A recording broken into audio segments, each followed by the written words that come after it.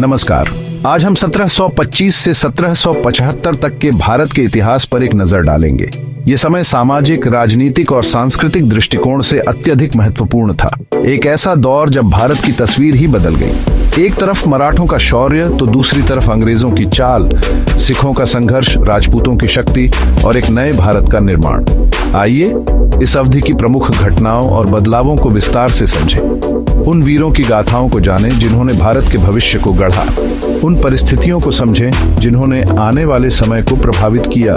यह सिर्फ इतिहास नहीं है दोस्तों, ये उस भारत की कहानी है जो आज हम देखते हैं। तो तैयार हैं आप इस रोमांचक सफर के लिए? सन 1725 मुगल साम्राज्य का सूरज ढल रहा था। ऐसे समय में पश्चिम भारत में एक नई शक्ति का उदय हो रहा था, मराठा।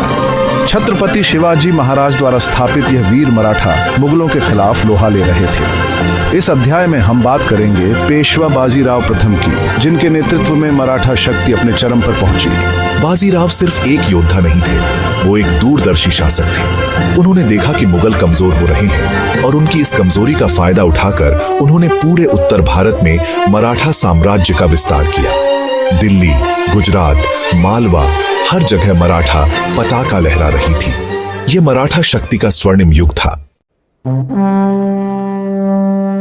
जहां एक तरफ मराठा अपनी शक्ति का विस्तार कर रहे थे, वहीं दूसरी तरफ एक नया खतरा उभर रहा था।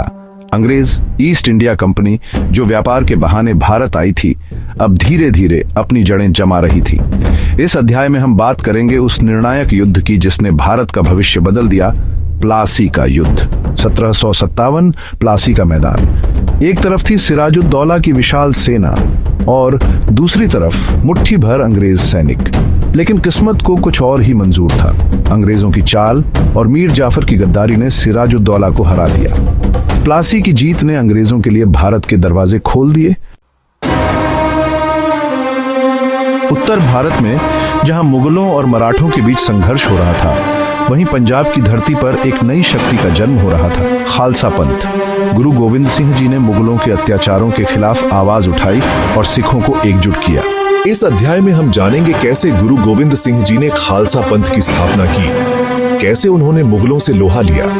यह कहानी है साहस की, बलिदान की और अपने धर्म के लिए लड़ने की।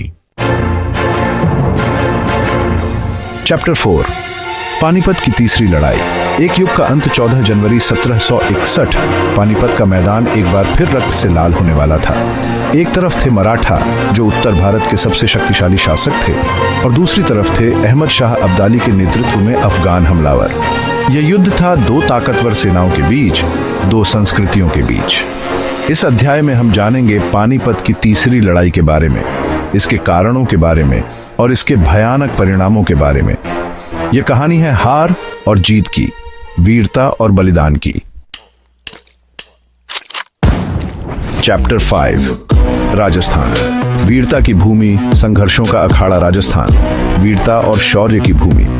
लेकिन 18वीं सदी में यह भूमि राजनीतिक उथल पुथल का केंद्र बन गई थी। मुगलों का प्रभाव कमजोर पड़ रहा था और मराठा, जाट और अंग्रेज सभी अपनी शक्ति स्थापित करने के लिए प्रयास कर रहे थे। इस अध्याय में हम बात करेंगे महाराजा सूरजमल की, जिन्होंने भरतपुर राज्य को मजबूत किया और बाहरी आक्रमणकारियों को चुनौती दी। चैप्टर 6, बदलता भारत। नए दौर की शुरुआत। राजनीतिक उथल पुथल के बीच भारत का आर्थिक और सामाजिक ताना बाना भी बदल रहा था। नई कृषि पद्धतियां आ रही थीं, व्यापार के नए रास्ते खुल रहे थे और शहरों का महत्व बढ़ रहा था। इस अध्याय में हम देखेंगे कि कैसे यूरोपीय व्यापारियों के आगमन ने भारतीय अर्थव्यवस्था को प्रभावित किया, कैसे नई तकनीकों ने उत्पादन और व्यापार में बदलाव लाए। चैप्टर 7, अंग्रेजी हुकूमत का फैलाव। एक नए युग की शुरुआत। प्लासी की जीत के बाद अंग्रेजों की महत्वाकांक्षाएं बढ़ती गईं। उन्होंने धीरे धीरे बंगाल और दक्षिण भारत में अपना प्रभुत्व स्थापित करना शुरू कर दिया। इस अध्याय में हम देखेंगे कि कैसे अंग्रेजों ने फूट डालो और राज करो की नीति का इस्तेमाल करके भारतीय राजाओं को एक दूसरे के खिलाफ लड़ाया और अपना साम्राज्य स्थापित किया। चैप्टर 8, संस्कृति और समाज परिवर्तन की बयार। राजनीतिक और आर्थिक उथल पुथल के बीच भारत का सामाजिक और सांस्कृतिक दृश्य भी बदल रहा था। धार्मिक विचारों में नयापन आ रहा था, साहित्य और कला नए रूप ले रहे थे। इस अध्याय में हम बंगाल के नवजागरण के बारे में जानेंगे, जिसने भारतीय समाज को नई दिशा दी। चैप्टर 9, आगे की राह, एक नए भारत का निर्माण। 1725 से 1775 तक का काल भारत के इतिहास में एक महत्वपूर्ण मोड़ था। इस अवधि ने आने वाली सदियों के लिए भारत के भविष्य को आकार दिया। इस अध्याय में हम इस युग के स्थायी प्रभावों पर चर्चा करेंगे और देखेंगे कि कैसे इसने आधुनिक भारत की नींव रखी। उतरो, क्योंकि ज्ञान ही है असली ताकत। धन्यवाद। हमें उम्मीद है कि आपको 1725 से 1775 तक के भारत के इतिहास की यह यात्रा पसंद आई होगी। यह महत्वपूर्ण युग ने भारतीय उपमहाद्वीप के भविष्य को आकार दिया।